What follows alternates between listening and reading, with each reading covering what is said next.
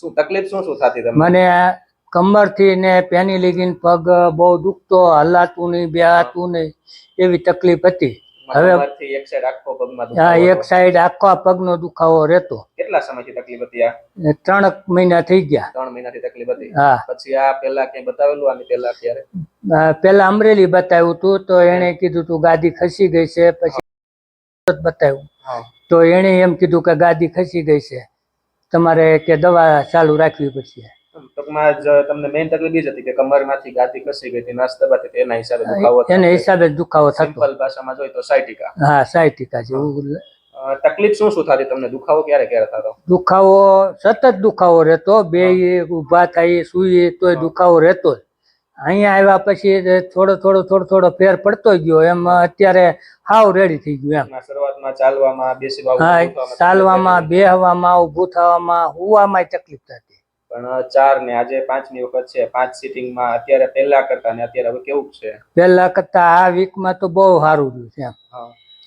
શું લાગે કોઈ બીજા દર્દીને આ રીતે આવી તકલીફ થઈ હોય તો આ સારવાર કરવા જેવી કે? કરવા જેવી છે. આ ગમે લોકોને આવું તકલીફ થઈ હોય તો આ કામ સારું છે એમ. ટૂંકમાં મેઇન દવા વગરની સારવાર છે. દવા ને કોઈ જાતની દવાની કાંઈ વસ્તુ નહીં કે.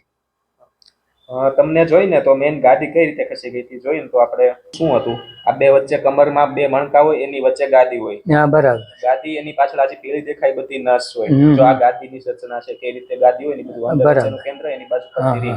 હવે તકલીફ કેવી રીતે થાય? કોઈ પણ કામ કરવામાં કે વજન ઉચકવામાં કે જો આ 2 મણકા દબાણા એટલે ગાદી ઉપર દબાણ આવ્યું. દબાણ આવ્યું એટલે ગાદી ખસી અને બહાર આવે. બહાર આવે એટલે હજી પાછળ નસ પડી છે, નસને દબાવે. જે દબાણ આવ્યું એટલે ધીમે ધીમે આ રીતે ગાદી ક્રેક થઈને પછી જે આ સેન્ટર છે બહાર આવીને ગાદીને દબાવે. બરાબર. તો ત્યાંથી જે આ નસ રહી આખા પગમાં જતી હોય. મેઇન તકલીફ તમને અહીંયા કમરમાંથી હતી. દબાણા, ગાદી ઉપર દબાણ આવ્યું એના હિસાબે દુખાવો થયો. જો આ રીતે કમરથી જ બધી નસ પગમાં જતી હોય. હવે આપણે સારવારમાં શું કર્યું? દબાણ હતું, મણકા દબાણ, એના હિસાબે ગાદી પર દબાણ આવ્યું. આપણે શું કર્યું છે? દબાણ હતું એને દૂર કર્યું. મણકા ખુલ્લા એટલે નસ છૂટી પડી. નસ છૂટી પડી એટલે દુખાવો ઓછો થયો.